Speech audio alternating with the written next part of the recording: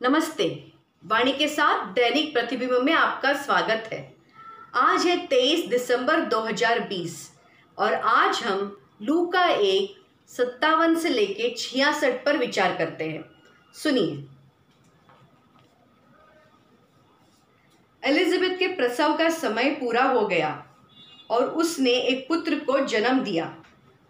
उसके पड़ोसियों और संबंधियों ने सुना कि प्रभु ने उस पर इतनी बड़ी दया की है और उन्होंने उसके साथ आनंद मनाया। 8वें दिन वे बच्चे का खतना करने आए। वे उसका नाम उसके पिता के नाम पर जकारियस रखना चाहते थे, परंतु उसकी माँ ने कहा, जी नहीं, इसका नाम योहन रखा जाएगा। उन्होंने उससे कहा, तुम्हारे कुटुंब में यह नाम तो किसी का भी नहीं है। तब उन्होंने उसके पिता से इशारे से पूछा कि वह उसका नाम क्या रखना चाहता है। उसने पाटी मंगाकर लिखा, इसका नाम योहन है। सब अचंभे में पड़ गए।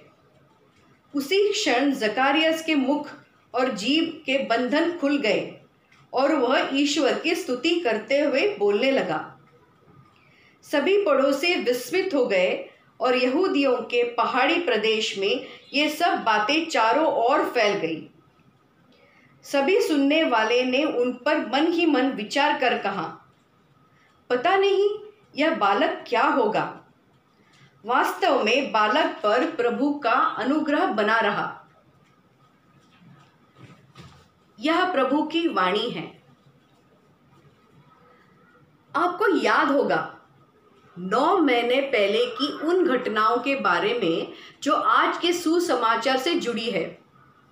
एक स्वर्गदूत महायाजक जकारिया के सामने इस खबर के साथ प्रकट होता है कि ईश्वर ने उसकी बच्चे के लिए की प्रार्थना सुन ली है। आपकी पत्नी एलिजाबेथ आपको एक बेटा देगी और आप उसे जॉन कहकर बुलाएंगे। लूका 1:13 में देखें। उसके संदेह की वजह से जकारिया बच्चे के जन्म तक गूंगा हो गया और यहाँ वह अपनी आवाज़ पुनः प्राप्त करता है, जबकि यहाँ पर प्रतिबिंबित करने के लिए बहुत कुछ हो सकता है। फिर भी कुछ और है जो अक्सर हमारे नज़रों से बच जाता है। जकराया और एलिजाबेथ को अचानक से साथियों के दबाव का सामना करना पड़ा। बच्चे के जन्म के बाद जैसे कि रिवाज होता है, दोस्त और पड़ोसी बच्चे के माँ बाप से मिलने आते हैं। आप उसका नाम क्या रखने जा रहे हैं, वे जानना चाहते थे। तब एलिजाबेथ ने कहा कि उसे जॉन कहा जाना चाहिए, तो वे चौंक गए। बच्चे का नाम न केवल एक पसंदीदा रिश्तेदार परिलक्षित होता है, बल्कि कबीले की पहचान भी।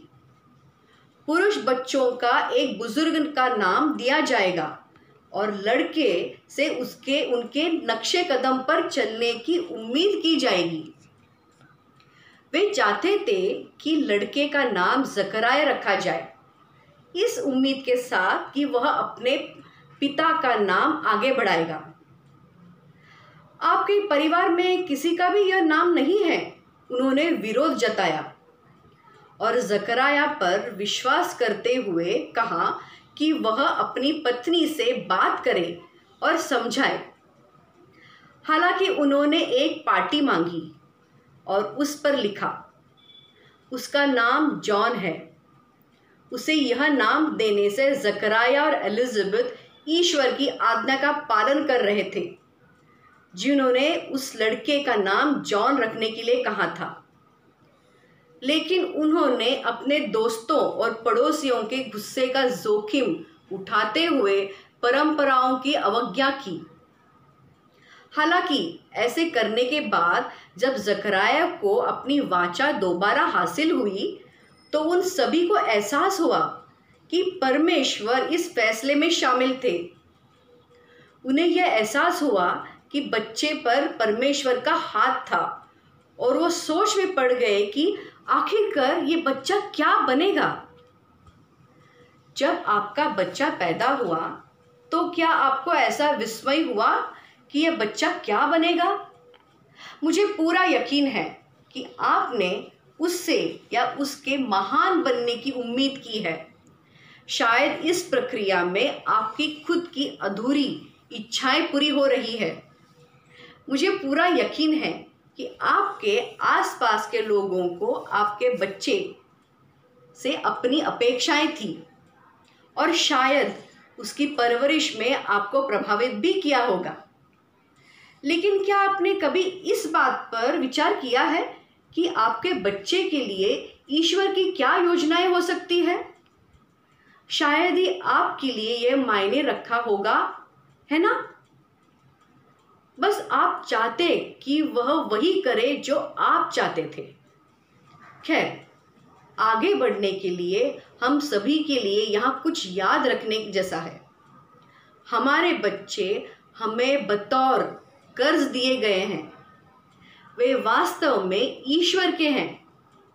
इसलिए समझदारी इसी में है कि ईश्वर को उनका भाग्य लिखने दें और फिर हर कोई आश्चर्यचकित होगा, आखिरकार ये बच्चा क्या होगा। ईश्वर का शांति और प्रेम आपके साथ बना रहे। नमस्ते।